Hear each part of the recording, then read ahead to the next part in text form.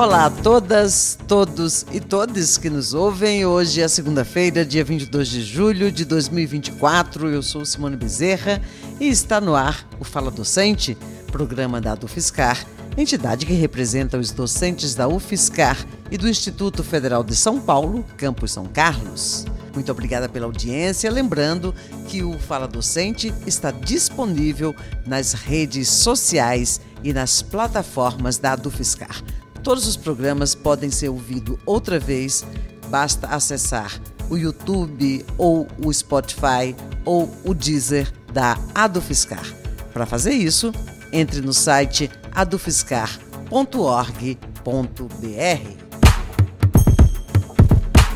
Abrimos falando que na última semana, na segunda-feira, dia 15, um café da manhã marcou o início do projeto de extensão Respira Professor, que busca promover ações multidisciplinares voltadas à saúde, qualidade de vida e bem-estar para os docentes da UFSCar. O projeto tem o apoio da UFSCar, que foi representada no início das atividades pela professora Paula Serrão, primeira tesoureira da entidade. O projeto Respira Professor é uma atividade de extensão multidisciplinar que é coordenada pela professora Tatiana de Oliveira Sato, do Departamento de Fisioterapia. Essa atividade ela envolve a participação de docentes e discentes de vários departamentos da UFSCar. Atividade esta que a UFSCar também faz parte e apoia. A gente sabe hoje o quão estressante e o quão grandes são as demandas de trabalho no ambiente acadêmico.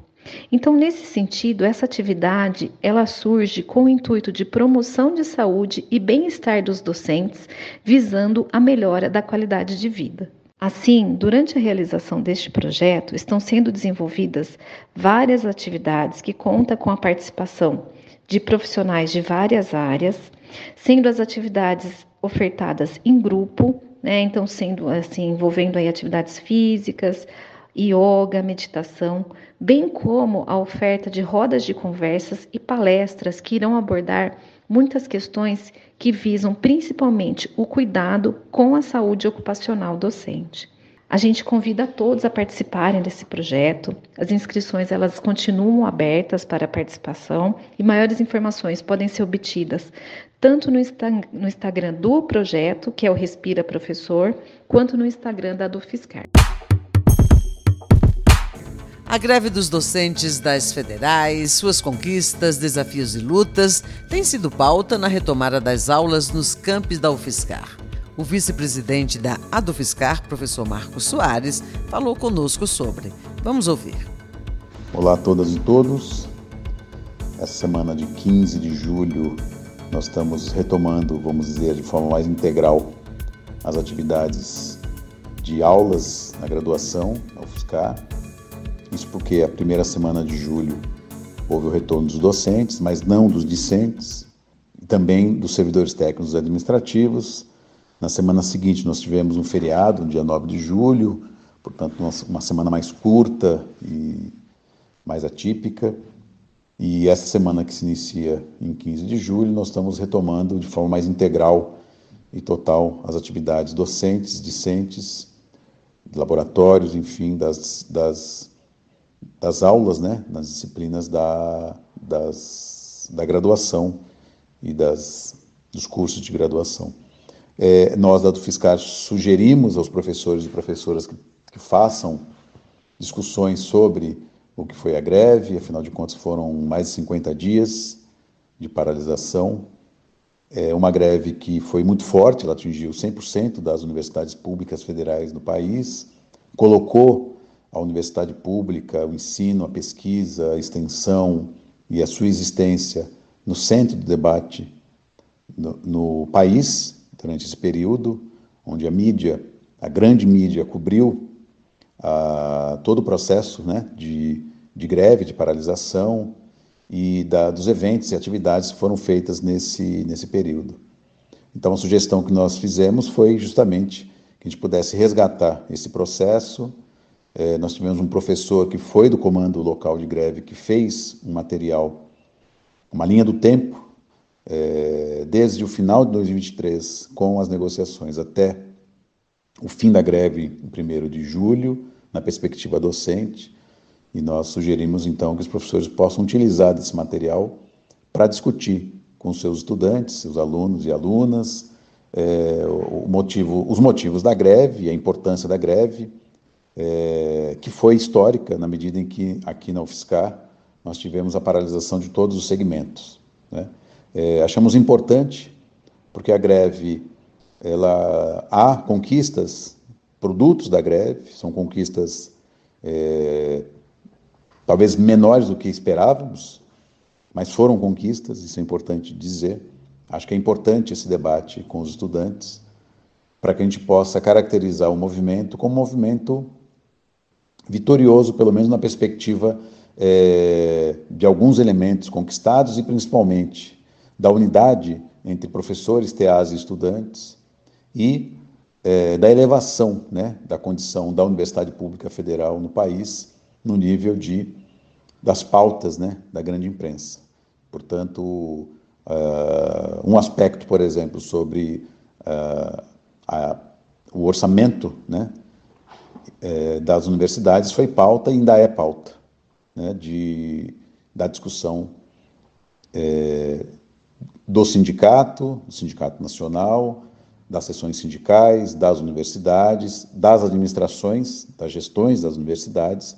É pauta porque ainda não conquistamos a totalidade, né, do montante de recursos necessário para que as universidades funcionem. Então, é uma discussão importante a ser feita nessa retomada com os alunos e alunas. Pedagogicamente, a gente acha importante que haja aí uma retomada das atividades de forma gradual, né, ou seja, dos conteúdos que foram tratados antes do início da greve, para que as atividades de reposição das aulas até o final do período, até o final do semestre, 21 de setembro, possam se dar de forma tranquila, de forma dialogada, como um semestre normal, né, e comum das atividades docentes, discentes e da universidade. Então, essa é a nossa perspectiva, né? A gente espera que a retomada possa ser tranquila e com todo o cuidado pedagógico, mas também com todo o debate político que a greve suscitou e que a gente espera ainda que possa reverberar na universidade, nos 4 campi, para que a gente possa seguir na luta em defesa da universidade pública e alertas, né? Porque conquistas ainda precisamos fazer, e ainda este ano, né?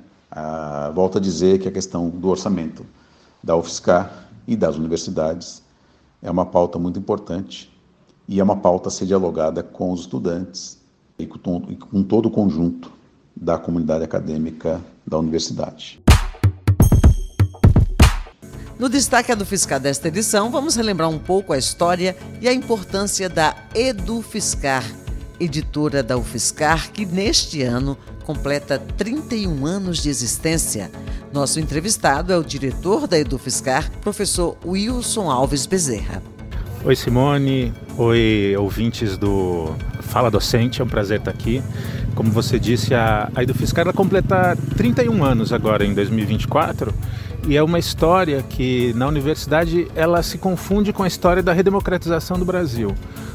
Os primeiros livros são ali do começo dos anos 90, 1993, o livro do professor Valdemar Guissardi, Universidade e Autoritarismo no Brasil, caso da EduFiscar. E toda essa leva, Simone, dos anos 90, são de livros que pensam sobre a redemocratização do Brasil. Tem livro do Florestan Fernandes, tem o Parque Industrial da Pagu, que é um relançamento de um livro dela dos anos 30, Gavetas Vazias, da professora Tânia Pellegrini, pensando na literatura produzida no Brasil durante a ditadura militar. Então, o primeiro impulso da EduFiscar, lá nos anos 90, foi esse de pensar no Brasil que se construía com o fim da ditadura, aqueles 20 duros anos de ditadura militar no Brasil. E de lá para cá se expandiu o catálogo. Então a EduFiscar tem mais de 500 títulos já publicados em todas as áreas do conhecimento.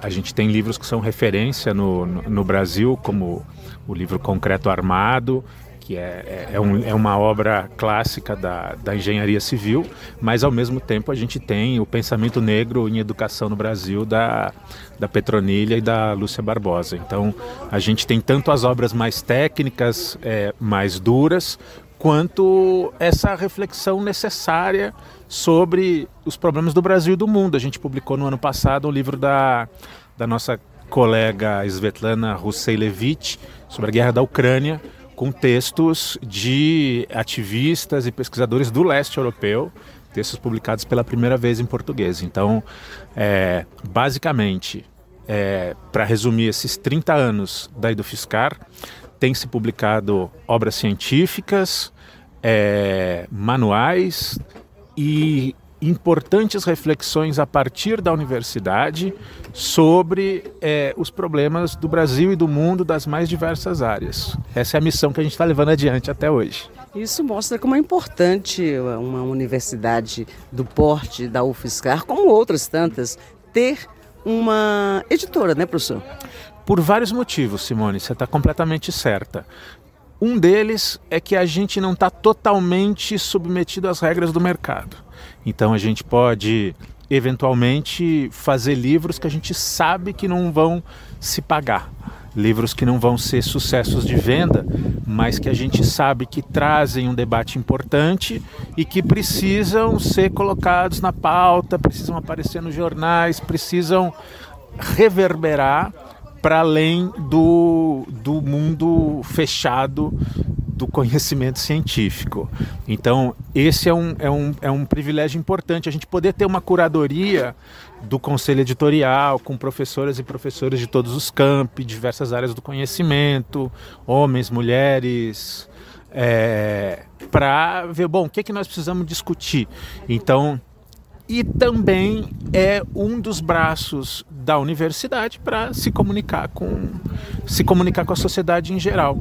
Tem muita produção de conhecimento na universidade, mas aquilo que se faz, o artigo científico, a tese, a dissertação, a monografia, eles vão todos lá para o repositório institucional, aberto para servir a outros pesquisadores. Mas quando a gente chega nesse formato do livro e tudo que está em torno do livro, a possibilidade do debate, da entrevista, a gente amplifica o debate.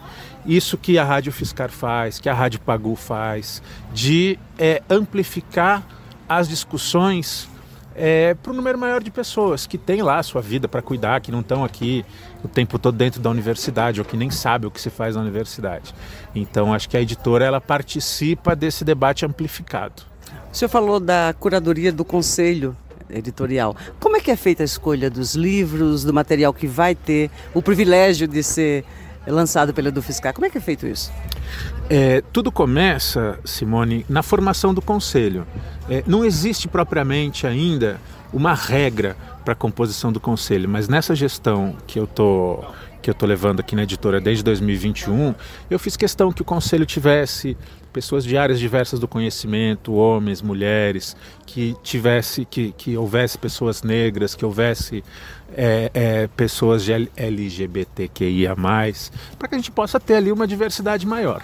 Então chega uma proposta de livro, a gente manda para pareceristas que veem o mérito acadêmico da proposta, depois a gente discute no conselho, porque eu acho que a grande pergunta que a gente tem que se fazer na contemporaneidade, quando é tão fácil, entre aspas, fazer um livro, imprimir um livro, melhor dizendo, esse material, ele deve ser um livro ou ele deve simplesmente continuar como a tese, como material de menor circulação? Vale a pena a gente ampliar esse debate? Então essa é uma discussão que a gente faz, tanto do ponto de vista das políticas da universidade, dos temas contemporâneos, da área de conhecimento das pessoas do conselho, daquilo que o parecerista nos diz. E a outra pergunta que se faz é: como é que esse livro deve existir no mundo? Esse é um livro, se ele for publicado pela Edufiscar, claro, ele tem que ser um livro impresso, ele pode ser só um e-book, o público dele onde é que está? Ou, eventualmente, esse é um livro que precisa ser gratuito, a gente precisa deixar esse livro aberto para o máximo de pessoas possível. E eu dou um exemplo. A gente tem um livro chamado Formação de Agentes Populares de Agroecologia, que é um material de uma atividade de extensão aqui da UFSCar, e que a ideia é que fosse um material muito barato para que pudesse atender os alunos que são pessoas do campo dessa atividade de extensão. E é uma atividade de extensão que é oferecida com frequência para um público muito grande e muito pobre. E aí a gente falou, não, esse livro tem que ser gratuito. Mas fazer um livro gratuito, impresso, é muito caro. Por outro lado, a gente tem os meios para fazer um PDF de muito boa qualidade e com todo o tratamento de um livro acadêmico, com revisão, diagramação, e a gente assume esse custo. Então esse é um livro que está circulando por aí gratuitamente.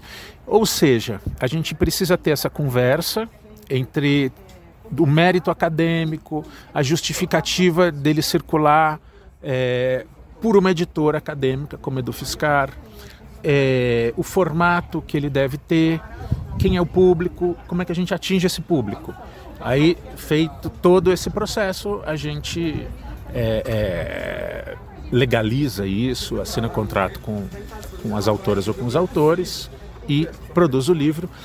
Com uma equipe, deixa eu até aproveitar e fazer um rabicho nessa resposta, uma equipe de 18 pessoas que nós temos na editora, que é formada a equipe por técnicos da universidade concursados ou por pessoas CLT contratadas pelo projeto de extensão, bolsistas de graduação e pós-graduação e estagiárias. Então a gente tem na editora um espaço de aprendizagem para todo mundo, assim. Fazer um livro é uma aventura de aprendizagem para todo mundo que está envolvido, e isso é um motivo de muito orgulho para mim, pessoalmente. Sem dúvida, professor. E a gente, como falou no início, o Fala Docente vai divulgar, a partir de agora, os lançamentos, né, os principais lançamentos da EduFiscar. Para começar, qual é o primeiro? Acho que antes de eu contar do primeiro lançamento, Simone, eu queria dizer o seguinte: eu queria agradecer esse espaço da EduFiscar, de uma pessoa como você, que é uma pessoa de quem eu gosto muito, respeito muito por seu trabalho, desde o Mulheres em Vanguarda, lá na Rádio USP, há 20 anos atrás, quando eu cheguei aqui em São Carlos. Então é muito bom poder dialogar com você e com os ouvintes. E dizer que é uma alegria ter essa sessão agora, que vai ser o Leia Docente, porque o grande paradoxo, Simone, da contemporaneidade em todos os âmbitos é que todo mundo fala, mas pouca gente escuta. Todo mundo escreve, mas pouca gente lê. Então, para uma editora universitária, é muito importante que a gente junte aqui nossos leitores, cultive nossos leitores, porque a gente vem de um quadro dramático na leitura no Brasil e que se espelha na EduFiscar. Nos últimos 15 anos, as tiragens encolheram dramaticamente. É preocupante a gente pensar no futuro de um país em que as pessoas leem cada vez menos. Eu não estou falando de vender livro, porque nós fazemos livros de acesso aberto também. E alguns são mais acessados, outros são menos.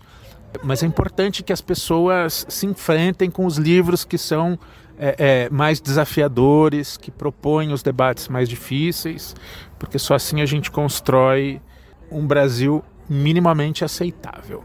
E aí, para inaugurar essa nossa participação aqui, eu quero falar de um livro que está saindo agora, que é o Somos Racistas, do nosso querido Hélio Oliveira, um pesquisador da Unicamp.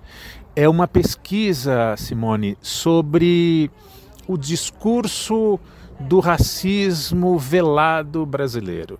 Então, o Hélio analisa textos de jornais, de revistas, produtos, contando um pouco como é que funciona o racismo e o discurso do racismo na grande imprensa brasileira, na sociedade brasileira, quando se divulga essa ideia de que nós somos um país de cordialidade, afeto, com espaço para todas as diferenças. Ele vai mostrando como é que funciona esse racismo à brasileira. Eu acho que é um livro que vale muito a pena ser lido. É o Somos Racistas. Como chegar até o livro, professor? Vamos lá. O nosso site da editora, o edufiscar.com.br, é uma das portas de acesso. A outra porta de acesso é a nossa livraria aqui no campus São Carlos. As outras portas de acesso são outras livrarias físicas e virtuais. Pensando especificamente no livro do Hélio, lá no site da Edufiscar, vocês encontram o primeiro capítulo absolutamente gratuito. Para quem quiser conhecer o trabalho do Hélio, conhecer essa discussão e aí depois dar o passo seguinte. Esse é um livro que está sendo lançado em formato impresso e em formato e-book. Então, a pessoa que tem o reader do Google Livros, o Kindle da Amazon, o reader da finada Livraria Cultura, que é a Rakuten, consegue comprar imediatamente online, já descarrega no seu reader, ou se não tem um reader também consegue ler na tela do seu computador, do seu celular.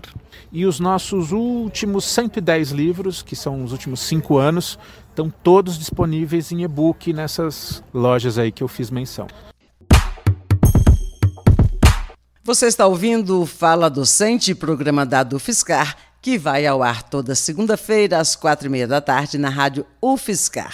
Aproveite e siga a ADUFSCar nas redes sociais, facebook.com/ADUFSCar e instagram.com/ADUFSCar. Nas nossas dicas culturais e de viagem, vamos destacar 3 festivais que acontecem neste final de julho no estado de São Paulo. Para começar, Campos do Jordão, a cidade cedia a 2ª edição do maior festival Country Music do Brasil, que acontece no próximo dia 27. Paralelamente, também é realizado na cidade o tradicional Festival de Inverno de Campos do Jordão, um dos eventos de música clássica mais importantes do país, que se estende durante todo o mês de julho com recitais e apresentações de renomados músicos nacionais e internacionais em diversos pontos da cidade. Ficou curioso? Acesse festivalcamposdojordão.org.br. Outra opção é o Festival de Inverno de Serra Negra, um dos eventos mais aguardados do interior paulista. As atrações incluem shows ao vivo, peças de teatro, danças típicas e feiras de artesanato. Informações serranegra.sp.gov.br.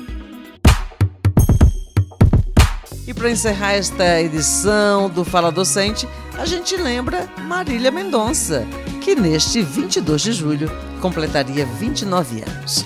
Marília Mendonça em um dueto com a também saudosa Gal Costa na música Cuidando de Longe. Até semana que vem. Amar sozinho também é amor. Um passarinho me contou que você não é só isso que aparenta ser. Sei, você mal sabe quem sou eu, de onde esse amor nasceu. Se nunca perdeu seu tempo pra me convencer. Você se olha tanto no espelho e não enxerga o seu avesso, sua parte mais bonita. Tenta manter escondida por detrás do seu cabelo, dentro desses olhos negros e da sua vida confusa. Quem sabe um dia isso muda e você pare pra me reparar. Tô te cuidando de longe, tô te amando no meu canto. Diga que está feliz, que daqui eu vou me virando. E se eu estiver distante, não quer dizer que eu não amo. Tô ensaiando a despedida, mesmo tendo outros planos. Tô te cuidando de longe, tô te amando no meu canto. Diga